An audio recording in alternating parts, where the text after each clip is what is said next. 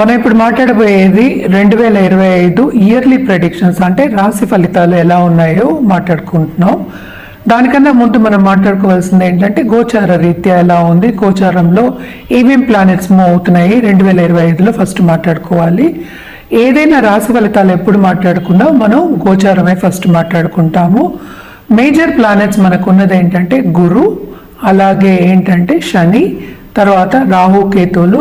ఈ 4 ప్లానెట్స్ కూడా, ఈ 4 గ్రహాలు కూడా ఈ సంవత్సరం మొదట్లోనే మార్చ్ నుంచి జూన్ లోపలే ఈ 4 ప్లానెట్స్ మూవ్ అవుతున్నాయి అన్నమాట.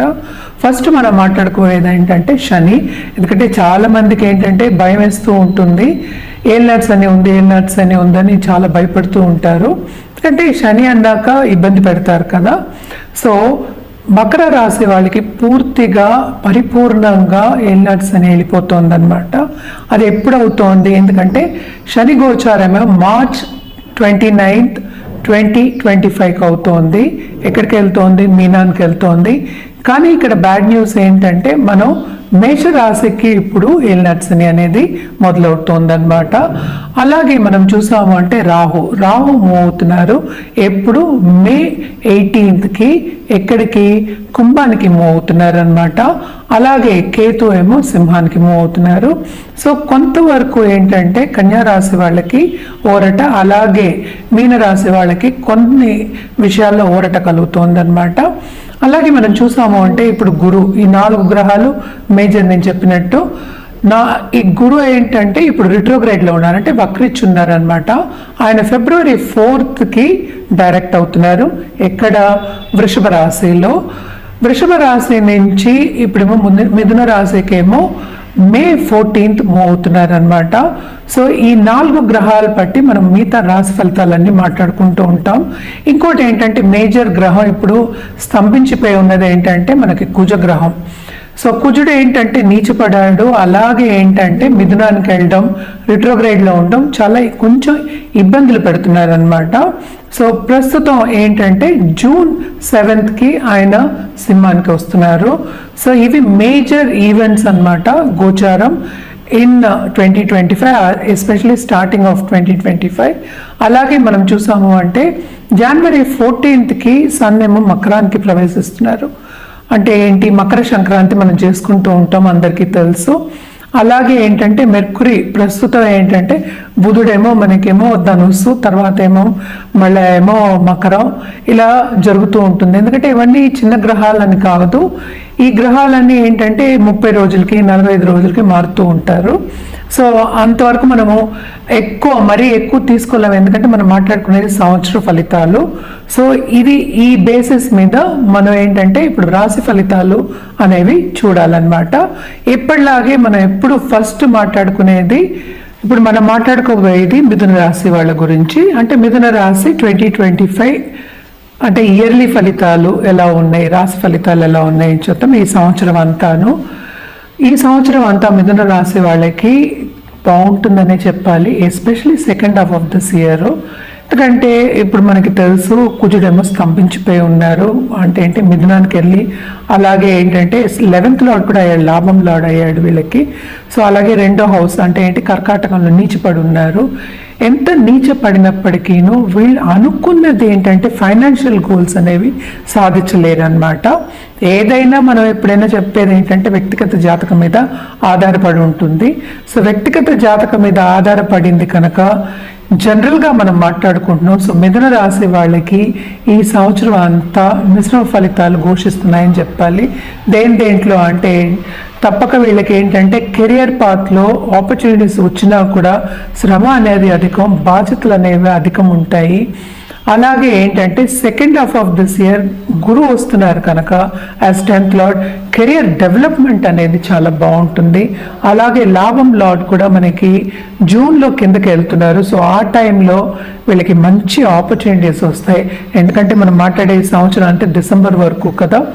అలాగే ఏంటంటే రాహు ఏమో మనకి చూసాము అంటే 9th పడున్నారు. సో తప్పక ఫారెన్లో సెటిల్ అయిన వాళ్ళంతా పంట పండిందే. అలాగే ఏంటంటే డాక్టర్స్ కానీ లేకపోతే మనకి ఏదైనా మెడికల్ ఫీల్డ్లో ఉన్న వాళ్ళకి కానీ చాలా చాలా బాగుంటుంది. అలాగే మెడిసిన్ చదువుకునే వాళ్ళకి ఇప్పుడు కొత్తగా చదువుకోవాలి అని రాసే వాళ్ళకి, ఎగ్జామ్ రాసే వాళ్ళందరికీ బ్రహ్మాండంగా ఉంటుందనే చెప్పాలి. Especially first half of this month శ్రమకి తగిన ఫలితం అనేది వీళ్ళు తప్పక చూస్తారు. ఎందుకంటే మనం 9th or 10th పడ్డాడు. సో కెరియర్ డెవలప్మెంట్ బ్రహ్మాండంగా ఉంది.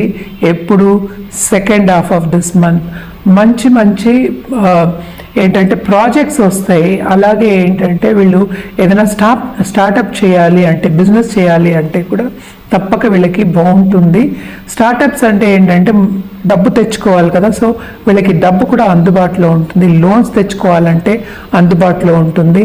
తప్పక ఏంటంటే ఫారెన్ వెళ్ళి సెటిల్ అవ్వాలి అనే వాళ్ళకి తప్పక బాగుంటుంది. ఎస్పెషలీ స్టూడెంట్స్కి వాళ్ళకి కావాల్సిన సబ్జెక్ట్స్ వస్తాయి, వాళ్ళకి కావాల్సిన యూనివర్సిటీస్ వస్తాయి. తప్పక వాళ్ళు వెళ్ళి సెటిల్ అయ్యే ఒక తరుణం ఈ ఇయర్ అని చెప్పచ్చు. మంచి ఎంజాయ్ చేసే ఒక ఇయర్ అని చెప్పచ్చు అనమాట. Especially second half of this month, అంటే మనం మే తర్వాత మనం చెప్పుకుంటున్నాము. అలాగే ఏంటంటే వీళ్ళు తప్పక బంధుమిత్రుల కలయిక అనేది ఉంటుంది, అందరితో కలయిక అనేది ఉంటుంది. అలాగే ప్రముఖ వ్యక్తులతోటి టచ్ అనేది వస్తుంది. దాని మూలాన్ని వాళ్ళకి ఆపర్చునిటీస్ కూడా వస్తాయి. ఎవరైనా ఉమెన్ ఎంటర్‌ప్రెన్యూర్స్ ఇంట్లోంచి స్టార్ట్ చేయాలి, ఏదైనా స్టార్ట్ చేయాలి అనుకుంటే కూడా బిజినెస్ తప్పక స్టార్ట్ చేసే ఒక తరుణం మే తర్వాత చాలా బాగుంటుందనే చెప్పాలి. ఎందుకంటే 10th శని ఉన్నప్పటికీ, ఆయన శ్రమ పట్టినప్పటికీను తప్పక ఫలితం అనేది ఇస్తాడు. సో శ్రమకి తగిన ఫలితం అనేది మనం చెప్పుకోవచ్చు. మిథున రాశి వాళ్ళకి చాలా బ్రహ్మాండంగా ఉంటుంది. ఈ ఇయర్ అంతాను బాగుంటుందని చెప్పాలి. ఇది బ్రహ్మాండంగా ఉంటుందని చెప్పినప్పటికీ ఏదైనా, ఏ రాజయోగం అయినా సరే, ఒక యోగం అయినా సరే వ్యక్తిగత జాతకం మీద ఆధారపడి ఉంటుంది. తప్పక జాతకం చూపించుకున్నప్పుడు రెమెడియల్ మెషర్స్ అనేవి మనం కరెక్ట్గా చెప్పడం అనేది జరుగుతుందన్నమాట. సో మిథున రాశి వాళ్ళకి ఎస్పెషలీ దాంపత్య జీవితం కూడా కొంతవరకు అనుకూల పరిస్థితి నెలకొంటుంది. ఎందుకంటే మార్స్ ఇప్పుడు కూడానే ఉన్నారు కనుక కొంతవరకు, అంటే ఫిబ్రవరి మార్చ్ కొంత ఇబ్బంది పెట్టినప్పటికీను తర్వాత అంతా బాగుంటుంది. అలాగే కొత్తగా ఏంటంటే ఇప్పుడే జీవితం స్టార్ట్ చేసే, దాంపత్య జీవితం స్టార్ట్ చేసే వాళ్ళందరికీ కొన్ని ఇబ్బందులు వచ్చినప్పటికీ, మిస్అండర్స్టాండింగ్ వచ్చినప్పటికీ second half of this year బ్రహ్మాండంగా ఉంటుంది. అనుకూల పరిస్థితి అనేది నెలకొంటుంది. అండర్స్టాండింగ్ అనేది ఉంటుందన్నమాట ఆలు మగలు మధ్యలో. అలాగే ఎవరైనా లవ్ రిలేషన్షిప్ కావాలని కోరుకున్న వాళ్ళందరికీ కూడా second half of this year బాగుంటుందని చెప్పాలన్నమాట.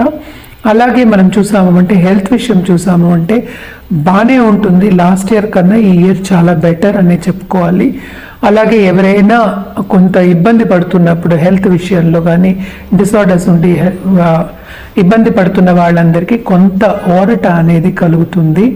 అలాగే స్టాక్ మార్కెట్లో ఉన్న వాళ్ళకి, ఫైనాన్షియల్ మార్కెట్లో ఉన్న వాళ్ళకి తప్పక second half of this year చాలా బాగుంటుంది, బ్రహ్మాండంగా ఉంటుంది. ఫైనాన్షియల్ స్టెబిలిటీ అనేది బాగుంటుంది. స్టేటస్ కూడా ఇంప్రూవ్ అవుతుంది అనమాట. గురువు వచ్చిన తర్వాత 10th లార్డ్ కనుక తప్పక బ్రహ్మాండంగా ఉంటుందనే చెప్పాలి. అలాగే 9th రాహు కనుక ఎవరైనా ఆన్లైన్ బిజినెస్ చేసేవాళ్ళు కానీ, లేకపోతే ఆన్లైన్ కన్సల్టెన్సీ చేసేవాళ్ళు కానీ, ట్రైనింగ్లో ఉన్న వాళ్ళకి కానీ చాలా బాగుంటుంది.